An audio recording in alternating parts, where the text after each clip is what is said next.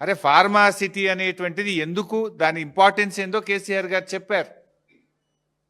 నగరంలో ఉన్నటువంటి జీడిమెట్ల కానీ అనేక రసాయనిక పరిశ్రమలు ఉన్నాయి. వాటన్నిటిని అక్కడ తరలించడానికి 5 ఏళ్ళు కష్టపడి చేసినాం.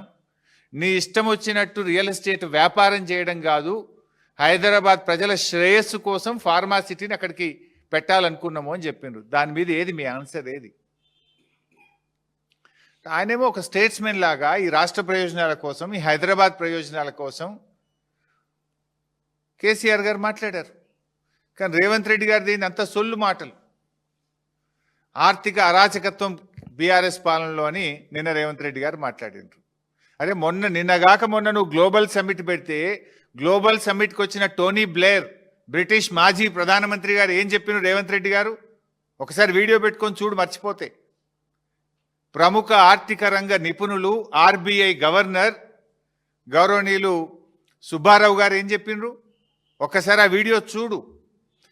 కొత్త రాష్ట్రమైన తెలంగాణ అద్భుతంగా ఆర్థిక ప్రగతిని సాధించింది, 3 రెట్ల జిఎస్డిపిని సాధించింది, 3 రెట్లు పర్ క్యాపిటా ఇన్కమ్ పెరిగింది అని కేసీఆర్ పాలనను నువ్వు పిలుచుకున్నటువంటి అతిథులే నిన్ను కూర్చోబెట్టి నీ సమక్షంలోనే చెప్పింది కదా.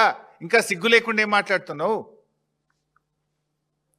కేసీఆర్ గారు ఆర్థికంగా ఈ రాష్ట్రాన్ని పరిపుష్టిని సాధించారు. జిఎస్డిపి గ్రోత్ రేట్లో, పర్ క్యాపిటా గ్రోత్ రేట్లో దేశానికే మార్గదర్శకంగా ఈ తెలంగాణను నిలిపారు కేసీఆర్ గారని ఇలా ప్రపంచవ్యాప్తంగా పేరుగాంచిన టోనీ బ్లేర్ చెప్పిండ్రు, ఈ దేశంలో పేరుగాంచిన దువ్వూరి సుబ్బారావు గారు చెప్పిండ్రు, నువ్వు దోలుకొచ్చుకున్న గెస్ట్లే చెప్పిండ్రు. నువ్వు మాట్లాడేది నిజమా? ఆ ప్రముఖ ఆర్థిక రంగ నిపుణులు, మాజీ ప్రధాని చెప్పేది నిజమా? ఎందుకు ఆ చిల్లర మాటలు మాట్లాడతావు? రాష్ట్రం పరువు తీయకు రాజకీయాల కోసం.